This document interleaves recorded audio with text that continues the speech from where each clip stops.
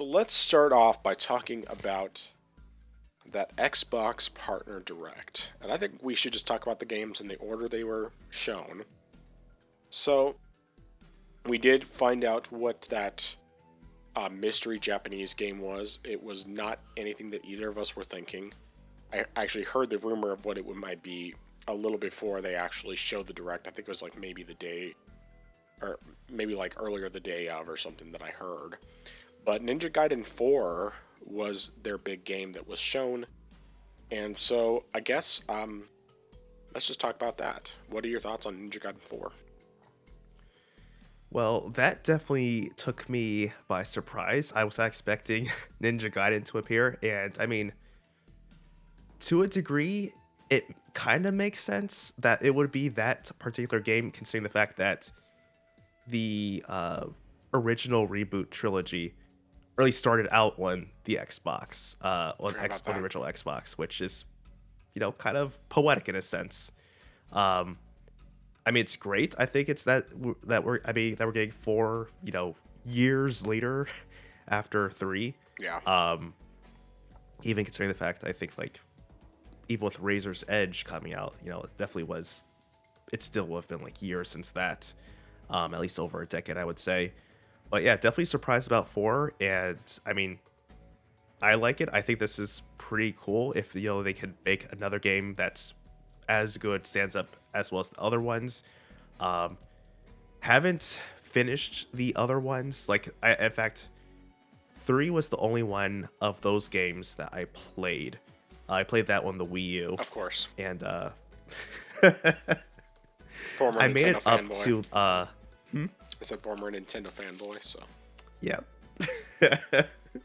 I made it up to I think after one of the boss fights in the laboratory on the island. I think that's about as far as I made it, because I think shortly after that the disc wasn't working anymore. But from what I played, it was definitely enjoyable. It definitely was tough, though. I will say that it definitely I definitely had to work my way up to that point. So if they deliver another tough as nails game like that, then yeah, I'm in for something, for a treat. I mean, it definitely is something that I would say is definitely more skill based than I would even say Dark Souls to a degree, just because you can't try to cheese your way. Or I mean, maybe you could try to cheese your way through, but it's not something like with Dark Souls. You could just say, yeah, I'm just gonna throw magic at it, or I'm just going to try standing on a ridge somewhere and shoot arrows at a boss.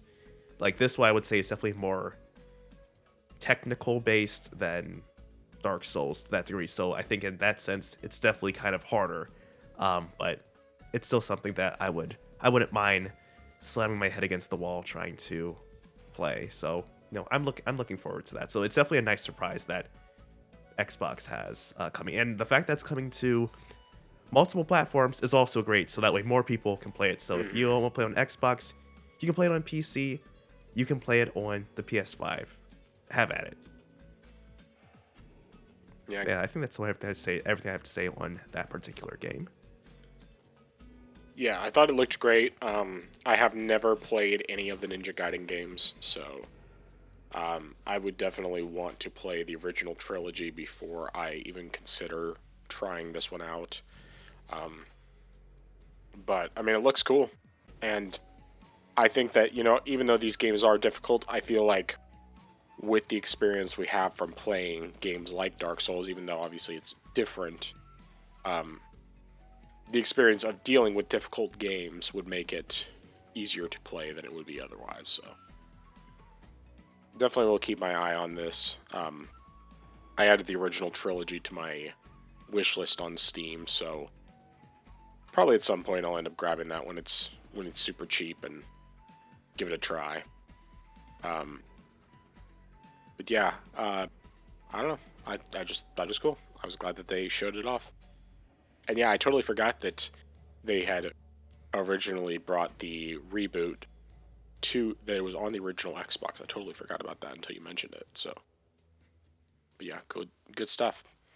But along with that, they shadow dropped a remake of Ninja Gaiden 2, which is Ninja Gaiden 2 Black. And Any thoughts on this one? Yeah, so that definitely took me by surprise that they would just drop that game, and I'm a bit surprised as to why they would just drop only two. I don't know if that one in particular is a fan favorite out of the original trilogy. I mean, I know I've heard people say that three was the weakest out of all three games, but I don't know if two was like held to a higher standard. Like fans really love that one the most as to why they just only did that one. But I think it's kind of cool because I know that longtime fans aren't fond of the Sigma versions. So like Sigma 1, Sigma 2, and Razor's Edge, they kind of like the original OG Xbox One. So like to have this one that is a remake of the action and in the style of the original Xbox version is definitely great. Um, and so that way people can actually have that original experience, because I think otherwise you would have to try to make mod, or like you would have to mod the Sigma versions to try to get that original difficulty, and also get like the other versions, other stuff that was cut out as well into the game. Now, one thing that made me think, I'm a bit, it kind of gave me an uneasy feeling, which is the fact that it's made in Unreal Engine 5, Yeah. which I'm like, I don't know. Did you have to do it that way? But I mean, I guess it is what it is. I'm still interested in trying it out. But it's not something that it definitely wouldn't make me say, yeah, I'll go ahead and get this right away. Like something I would say maybe sometime down the road at a good discount, I might get it. But definitely great to see, and it's interesting too because I'm pretty certain it was either, it might have been late last month, but I'm pretty certain it was still announced this year, or at least earlier this month. We have 3 Ninja Gaiden games that have been announced. We have Yeah. the first one was the 2D Ninja Gaiden game that was announced previously. We have Ninja Gaiden 2 Black, which was just shadow dropped, and we have Ninja Gaiden 4 coming out. So it's a pretty good revival of the franchise. So like even if you want to say, well, I don't want to play the reboot games, I want to play like the original games that were kind of like on the NES. Well, you have the 2D one, which I think should still satisfy fans of those types of Ninja Gaiden games as well. So if you want sort of like a harder 2D Ninja Gaiden game, then that might be there for you. And that's also one that I said I was looking forward to trying out anyway. And that one also, that one's the only one that isn't developed by Koei Tecmo, but I still think I think it's like Dot Emu's developing that one. So I think that one, based on like, I always remember the dev for that game, they've done a good job with, putting care and passion into these types of franchise revivals. So I definitely trust that game should be good as well. But all in all, solid time so this is a great time to be a Ninja Gaiden fan. But yeah, that's all I have to say. Yeah, for sure. I think the reason they did 2 was because the original Ninja Gaiden already had Ninja Gaiden Black, so they just did the next one that hadn't been done yet. Okay. Because I was just looking it up. Ninja Gaiden Black was just a compilation of the original Ninja Gaiden with the 2 Hurricane packs. I don't know what that is, but as I mentioned, they added to it, and it has new in-game cutscenes, that sort of thing. But anyway, yeah, that's probably the only reason why they did Ninja Gaiden 2 Black. My guess is that sometime later they'll do Ninja Gaiden 3 Black. In terms of my interest in it, like with the others, I haven't played any of the original Ninja Gaiden games, so while I'm interested in this one, I am not sure how easily I'd be able to get Black, because I think that the trilogy that you can get on Steam is probably not the Black version. And no, those are Sigmas. Are they? Yeah, those are the Sigma versions that were from Yeah. the PS3 and 360, I believe. Okay. Well, I'll have to look and see if there's some other way to get Ninja Gaiden Black other than just emulating the original Xbox, but there might be. But yeah, I don't really have any other thoughts on it. Once again, I think it's interesting, and I might be interested in checking out these games someday, just not in any sort of rush. But yeah, now knowing that it's the Sigma versions of those other games, I'm less interested in that trilogy, and that's good to know. But the next game that they showed off, which of course we already knew about, but was Expedition 33, and of course we had already seen this before. Turn-based RPG, heavily influenced by Japanese RPGs, but also featuring some combat element or some like active combat elements. But they do make it optional to do the active stuff. You can do purely turn-based if you want, and there's a lot of different customization to how you can handle combat scenarios and everything else. But what are your thoughts on this one? Yeah, I mean, I was intrigued by the game initially when it was released, but I still I like the stuff that they've shown so far. I still think that this is a game that really has caught my attention. I think is probably the first, I mean, maybe not the first, but it's definitely one of the major, I mean, technically, I mean, Baldur's Gate is turn-based, but at least the one that really caught my attention. This is the first Western RPG that really is, made me think, this is pretty good. This is something that probably could, stand up with the JRPGs that have come out in recent years and people can enjoy it. I mean, I'm also surprised too that the game is only going to be $50. Yeah. Consider the fact that with a lot of Xbox titles, they're starting to be $70. The fact that we've got something that's less than 60 is pretty interesting. I mean, right now also, if you pre-order, you can get you can get a 10%, so $5 discount, so $45. I'm definitely still interested in getting the game. It's definitely very interesting to me, and yeah, I mean, I'm just looking forward to this. I don't think this might not be something I get day one, but it is something that I probably would get. Maybe sometime after release. But I mean, also another thing is, it's releasing in April too, so Yeah. pretty soon as well. That's definitely something else as well. That's pretty cool. So, all in all, I am still looking forward to this game.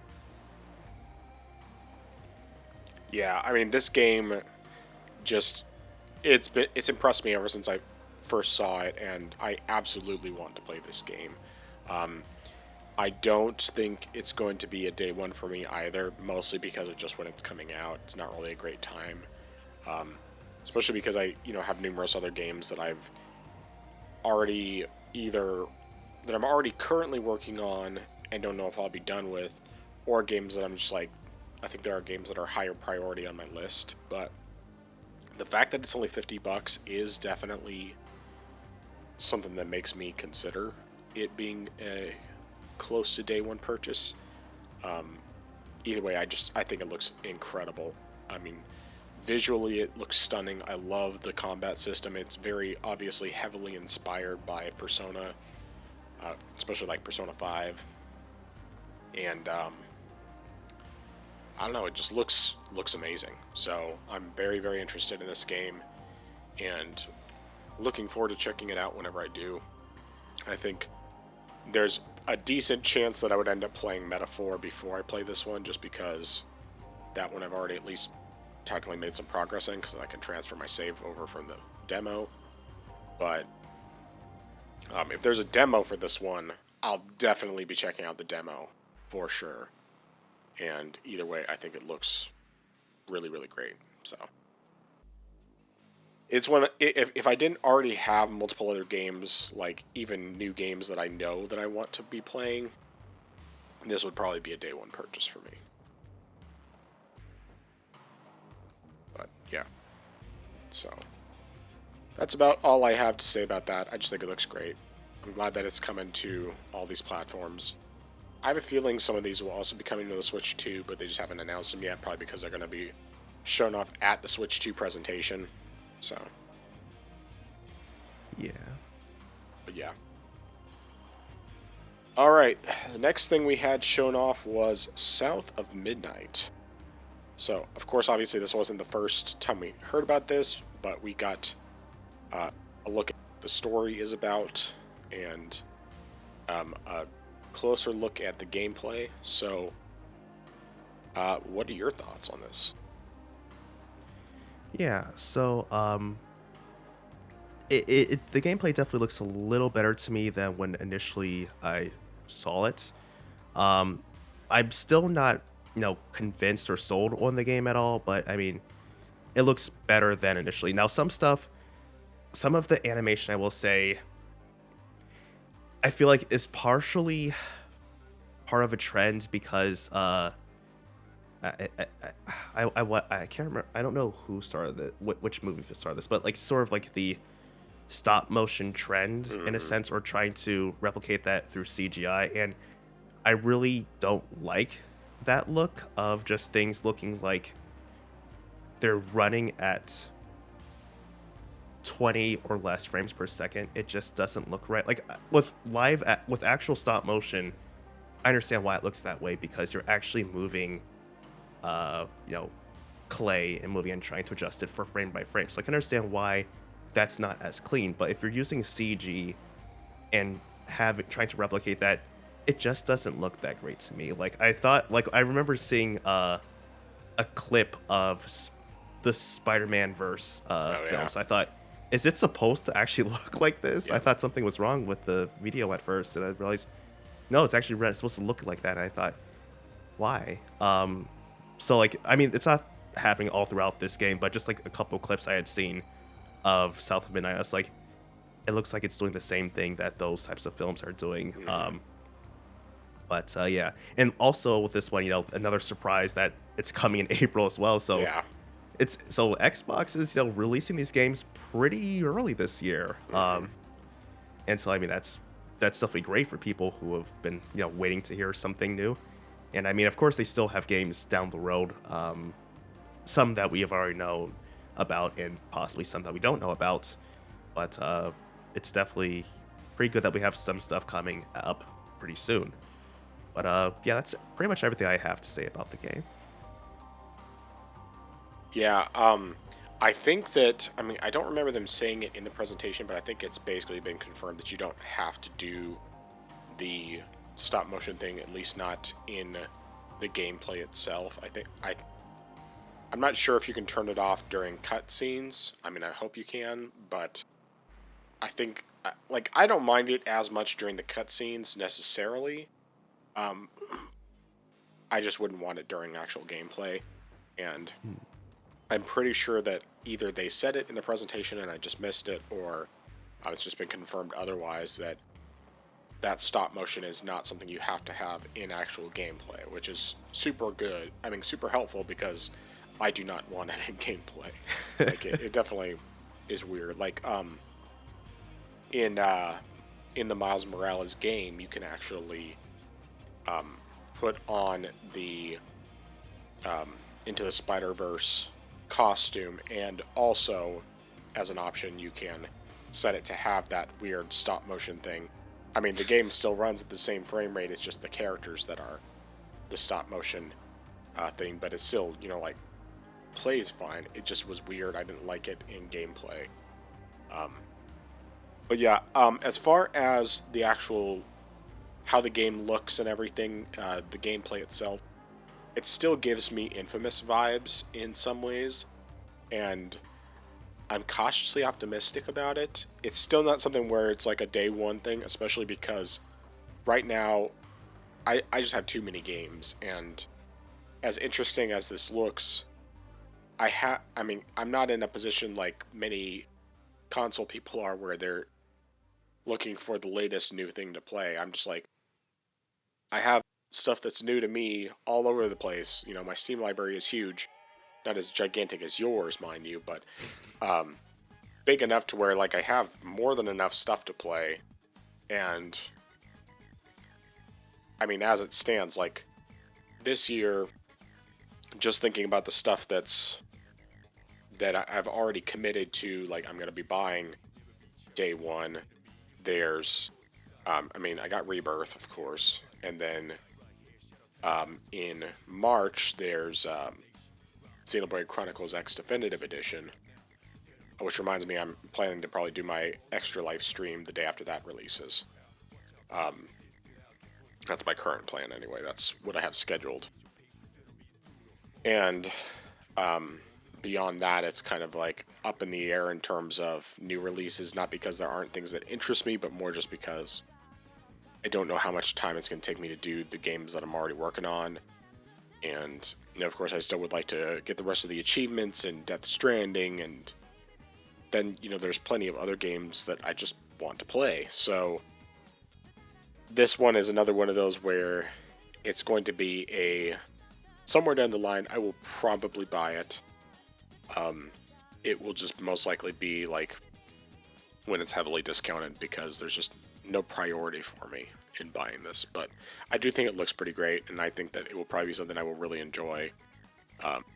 Just not a priority for me right now.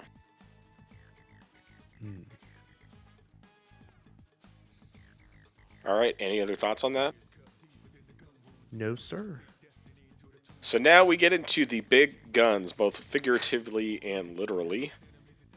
Doom: The Dark Ages. And sure enough, the leaked date that we talked about last week for the release of May 15th is, in fact, the release date. Just kind of brief summary with this.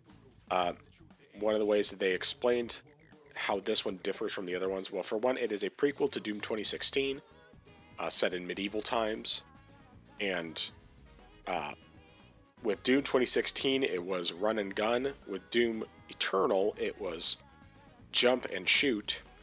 And with Doom: The Dark Ages, it is stand and fight. And they make a much heavier emphasis on power and on strafing, like in the classic Doom games. And I have lots of thoughts about this, but I'm going to let you go first. Yeah, so this looks great. I mean, the style of gameplay, it definitely looks great, and all the different stuff you could do, like you're countering with a shield, you have your mace that you're using, you're flying around on dragons. It's definitely very different than the predecessors.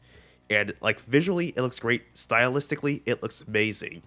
Because like it definitely looks a bit more grittier than the other ones did. I mean, like the other ones did have a gritty look to them, but I mean, there was also the sort of neon-ish type of reddish in the design scheme as well, which added to that. But this one, it's more like steel and just pure fury. And so, like, also again, like sort of what we said about stand and fight, there definitely, as you can see, there's less of just running around trying to be frantic and take everything out. It's like, yeah, you, like you said, you're strafing around, and with your shield you can block attacks, counter them, and then you can still just go up and do some nice good glory kills. It's great, and I mean, it looks amazing, and the fact that it's coming out again in within the next few months is wonderful.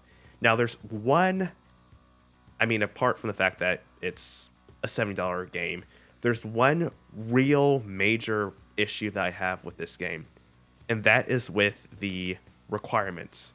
And that is it requires GPUs with ray tracing.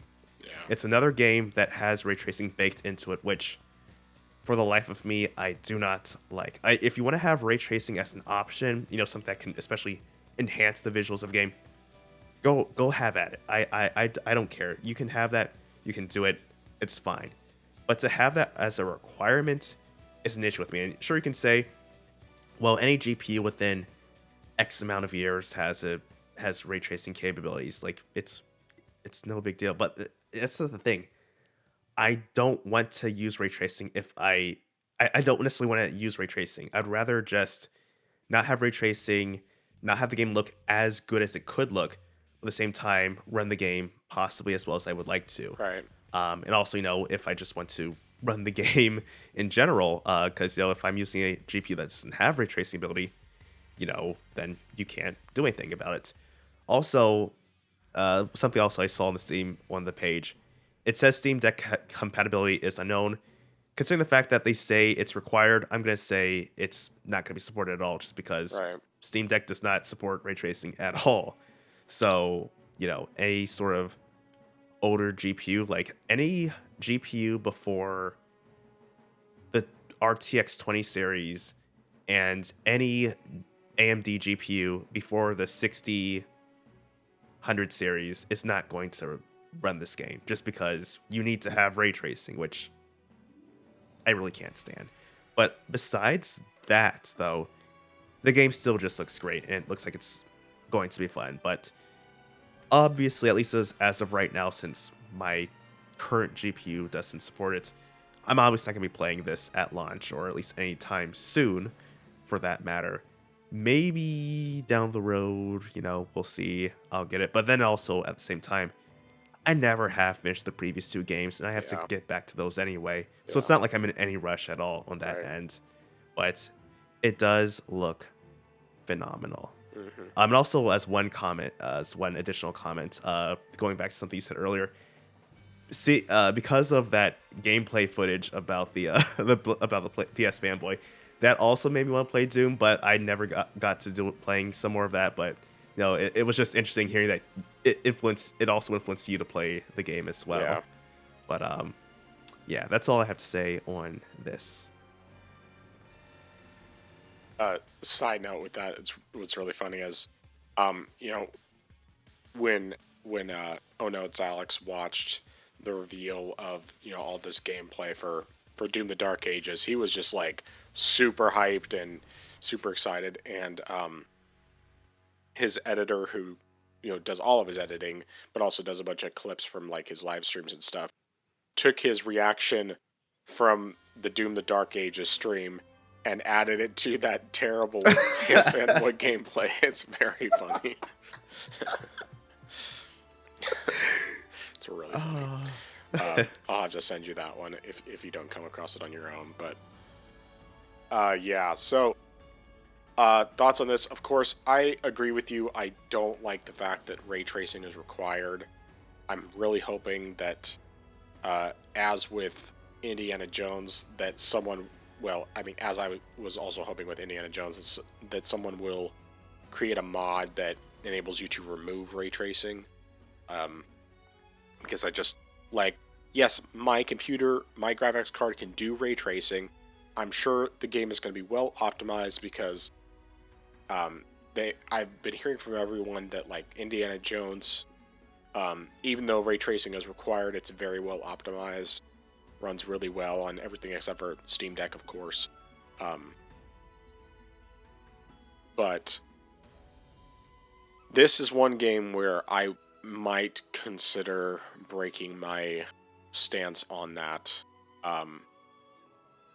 just because I know how well they optimize these games, and also because I really want to play it. However, it's definitely not a day one purchase for me, because it's highly unlikely that I'm going to finish playing through both 2016 and Eternal before this drops. So I'll just wait. It's really not a big deal to me. The only thing that makes me potentially consider trying it out sooner would be just doing a Game Pass trial and trying it out that way, especially because I'd be able to transfer my save. But it's not something where I'm oh, I need to play this day one. It's just more it looks great. I definitely want to play it, but if I don't play it day one, it's not gonna, it's not gonna be a big deal. I don't think the hype is so strong. I mean, the game looks amazing, and I really want to play it, but I'm not but I really do want to replay. I'm just replaying 2016 and then replay Eternal and play all the DLC for that before I play this, because they're just incredible games and they're so worth playing. And as interesting as this one is, especially since I've never finished the DLC on Eternal, I really want to play that before I play this one. But with all that being said, I love all the differences in how they're doing the gameplay for this. I just think it looks incredible. I mean, graphically, of course, it's impressive, but even if it wasn't that impressive, the gameplay just looks so much fun. And I love the use of the shield and the mace and the... I can't remember what the different weapons were, but the different melee weapons that they have are all just look like so much fun, and I don't know, it all just looks great, and I'm excited for this one, even though it's not going to be a day one for me. So, but yeah, I mean, really, Xbox is... I'm very impressed with what they've been able to do, because, you know, we've waited years to see what all these studios they bought have cooking, and they have some really great looking games cooking. I mean, they just do. And you know, some of them now are finally getting to the point where they're starting to come out, and we have 3 first-party games coming out in like 2 months. And that's just really super impressive that they have that going on. And I mean, like, Ninja Gaiden 4 isn't until the fall, and it's funded by Xbox, but it's not technically a first-party game, and of course, it's also going to be multi-platform along with these other ones. But yeah, I'm really impressed with all this. I'm glad, of course, that regardless of anything else, I mean, we were going to get these day one anyway because we're on PC. And yeah, it's a great time from that standpoint to be a gamer. And I look forward to checking all of these out to different degrees. Yeah, I concur. All right. Any other thoughts on this before we move on to the next topic?